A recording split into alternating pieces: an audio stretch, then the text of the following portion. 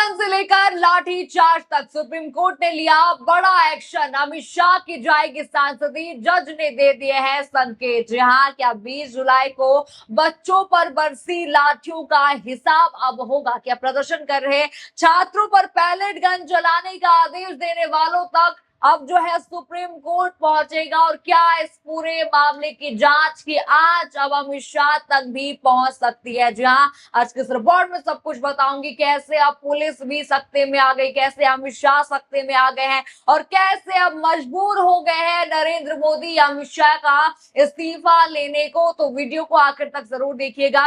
नमस्कार, मैं हूँ राधा राणा और आप देख रहे हैं प्यार भी। देखिए दोस्तों, आपको वो 20 जुलाई का वो दिन याद होगा, वो मंजर आपको याद होगा जब बच्चों पर बर्बरता हुई थी, लाठियां बरसाई गई थी, पैलेट गन बच्चों पर दागे गए थे, करंट तक उन पर छोड़ा गया था। और आपको याद होगा कैसे उस समय पर अमित शाह मुंह छिपाए बैठे थे, पूरे मानसून सत्र के 20-22 दिन सदन में नहीं आए थे। अब देखिए, इसी पर अब बड़ी खबर दोस्तों सामने आ रही है। बता दूं, मामला अब सुप्रीम कोर्ट पहुंचा है। जी हाँ, खबर तो ये भी है कि अब कार्रवाई होगी और कमेटी बना दी गई है सरकार के खिलाफ। जी हाँ, पर देखिए, इसी बीच अभी भी नाराजगी है सुप्रीम कोर्ट से। चलिए बताऊंगी आपको, ये सब यहाँ पर बताऊंगी। पर देखिए, पहले हम थोड़ा पीछे यहाँ पर चलते हैं, वो मंजर याद करते हैं। देखिए, आपको याद होगा जब छात्र आंदोलन चल रहा था, तब मोदी सरकार की तरफ से जेपी नड्डा को भेजा गया था बातचीत के लिए, जिन्होंने सोनम वांगचुक का अनशन तुड़वाया था। अब देखिए, उस समय बच्चों की 3 मांगे थी। धर्मेंद्र प्रधान का इस्तीफा, बच्चों से सारी एफआईआर हटाए जाए और शिक्षा व्यवस्था में सुधार, ये 3 मांगे थी। लेकिन दोस्तों हुआ क्या, दिल्ली पुलिस ने ऐलान कर दिया कि हम जो है एफआईआर नहीं हटाएंगे। ये कह दिया था दिल्ली पुलिस ने, यानी कैसी दादागिरी यहाँ पर की गई थी, सबने, पूरे देश ने देखा। लेकिन दोस्तों आपको बता दूं कैसे मुकर गई है मोदी सरकार अपने वादे से। अमित शाह मुकर गए हैं अपने वादे से। अभी तक बच्चों पर एफआईआर चल रहे हैं, मुकदमे चल रहे हैं, लेकिन अब ये मुद्दा सुप्रीम कोर्ट पहुंच चुका है और मोदी सरकार के लिए मुश्किलें भी सुप्रीम कोर्ट ने बढ़ा दी है। सीजेआई सूर्यकांत ने बढ़ा दी है। जरा बड़ी हेडलाइन स्क्रीन पर देखिए, दिल्ली में छात्र प्रदर्शन मामले पर सुप्रीम कोर्ट में सुनवाई, अदालत ने किया हाई पावर्ड कमेटी बनाने का ऐलान। इसमें कौन कौन शामिल होंगे? हेडलाइन आपने देखा। देखिए, कमेटी का ऐलान हो चुका है। अब चलिए मामला यहाँ पर बता दो आपको, पूरा क्या क्या यहाँ पर हुआ वो सब आपको बताऊंगी। मंगलवार को दोस्तों छात्रों के प्रदर्शन के मामले की सुनवाई के दौरान सीजेआई सूर्यकांत ने कहा कि शांतिपूर्ण तरीके से अपनी मांग रखने का अधिकार संविधान देता है। कोर्ट ने ये भी कहा कि वो हाई पावर्ड कमेटी बनाएगा, सभी पक्ष कमेटी के सामने अपनी बात रख सकेंगे। कोर्ट ने कहा कि सभी पक्ष एफआईआर की लिस्ट सौंपे। अब देखिए, यहाँ पर बता दूं कमेटी यहाँ पर बन चुकी है। बता दूं कौन कौन यहाँ पर कमेटी में होगा, ये भी जानना जरूरी है। जरा रिपोर्ट आप स्क्रीन पर देखिए। सुप्रीम कोर्ट में सुनवाई के दौरान सीजेआई ने कहा कि हमने कमेटी में शामिल होने के लिए एक पूर्व सुप्रीम कोर्ट जज और पूर्व डीजीपी से सहमति ली है। इस पर वकील गोपाल शंकर नारायण ने कहा कि एक पूर्व अटॉर्नी जनरल को भी रखने पर विचार हो। अब देखिए, आगे रिपोर्ट में लिखा है कि इस पर सीजेआई ने कहा कि अगर आप सब लोग अपने सुझाव आज दे दो तो हम जो है कल आदेश देने का प्रयास करेंगे। कोर्ट ने कहा कि हमने एक पूर्व सीबीआई डायरेक्टर की भी सहमति ली है, बाकी सुझाव पर हम विचार करेंगे। रिपोर्ट आपने देखा कितनी हाई लेवल की ये टीम यहाँ पर तैयार हो चुकी है। लेकिन देखिए, बता दूं मामला यहीं पर खत्म नहीं होता है। अब बता दूं, बात अमित शाह की कुर्सी तक पहुंच गई है। जी हाँ, क्योंकि उन्होंने क्या क्या यहाँ पर करा था सबने देखा, किस तरह से चुप्पी साधी थी सबने देखा था। और अब देखिए क्या क्या ये कमेटी करने वाली है, उसी से अमित शाह की कुर्सी यहाँ पर खतरे में पड़ गई है। जरा रिपोर्ट स्क्रीन पर देखिए। सीजेआई सूर्यकांत ने कहा कि कमेटी सिर्फ एक कॉन्फिडेंशियल रिपोर्ट ही जमा नहीं करेगी, जैसे जैसे मामले सामने आएंगे उनकी जांच करेगी और समय समय पर रिपोर्ट जमा करेगी, ताकि ये कोर्ट आगे के निर्देश दे सके, जिसमें जरूरत पड़ने पर अंतरिम निर्देश भी शामिल हो।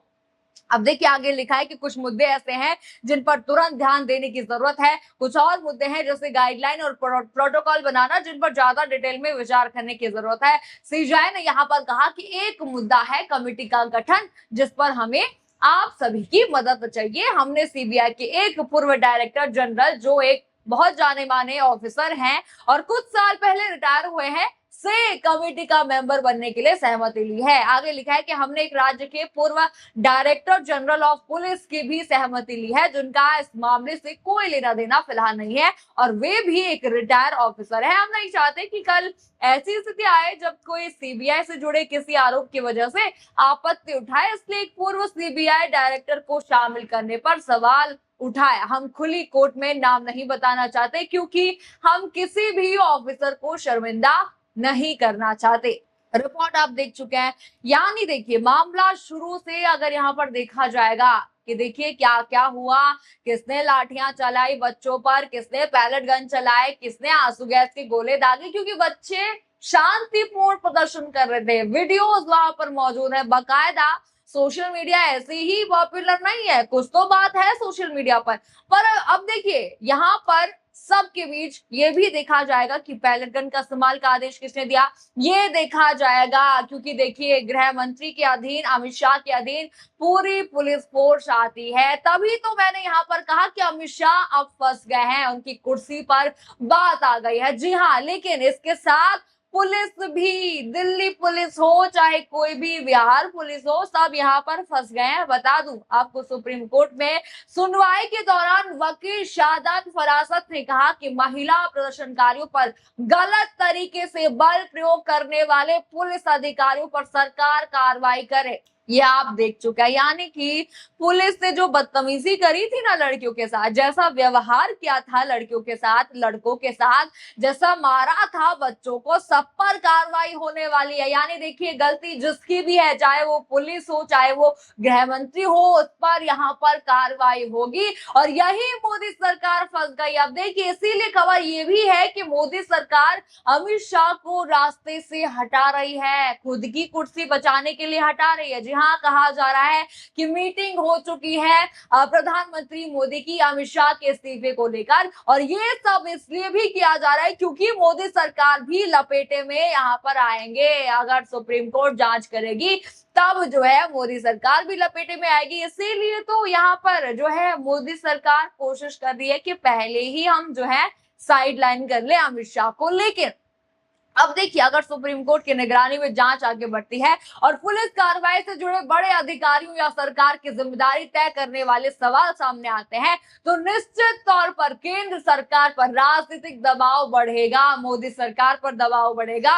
यही वजह है कि ये मामला सिर्फ छात्रों के आंदोलन का मामला नहीं रह गया है, ये मामला काफी आगे बढ़ चुका है, सुप्रीम कोर्ट में पहुंच गया है। इसीलिए मोदी सरकार इस मामले में फिलहाल चुप्पी साधे हुई। अब तीन बड़े सवाल यहाँ पर आते हैं। पहला, छात्रों पर बल प्रयोग का आदेश आखिर किसने दिया? दूसरा, पैलेट गन के इस्तेमाल की जिम्मेदारी किसकी थी और क्या इसके लिए किसी अधिकारी पर कार्रवाई होगी? और तीसरा, अगर जांच ही आज ऊपर तक पहुंचती है तो क्या सरकार जिम्मेदारी तय करने के लिए तैयार होगी? फिलहाल सुप्रीम कोर्ट ने कमेटी बनाने की दिशा में कदम बढ़ा दिया है। अब देखना होगा कि ये कमेटी किन किन पहलुओं की जांच करती है और उसकी रिपोर्ट क्या सामने आता है। आपको क्या लगता है कि इस पूरे मामले की निष्पक्ष जांच यहाँ पर होनी चाहिए? और अगर किसी की गलती सामने आती है तो क्या उसके खिलाफ कार्रवाई होनी चाहिए? और आपको क्या लगता है कि क्या मोदी सरकार अमित शाह का इस्तीफा लेगी? आपकी जो भी राय है कमेंट बॉक्स में हमें जरूर बताइए। खबर आपको पसंद आई हो तो वीडियो को लाइक करें, शेयर करें और चैनल को सब्सक्राइब करना बिल्कुल मत भूलिएगा। और बने रहिए पीआरबी के साथ। धन्यवाद।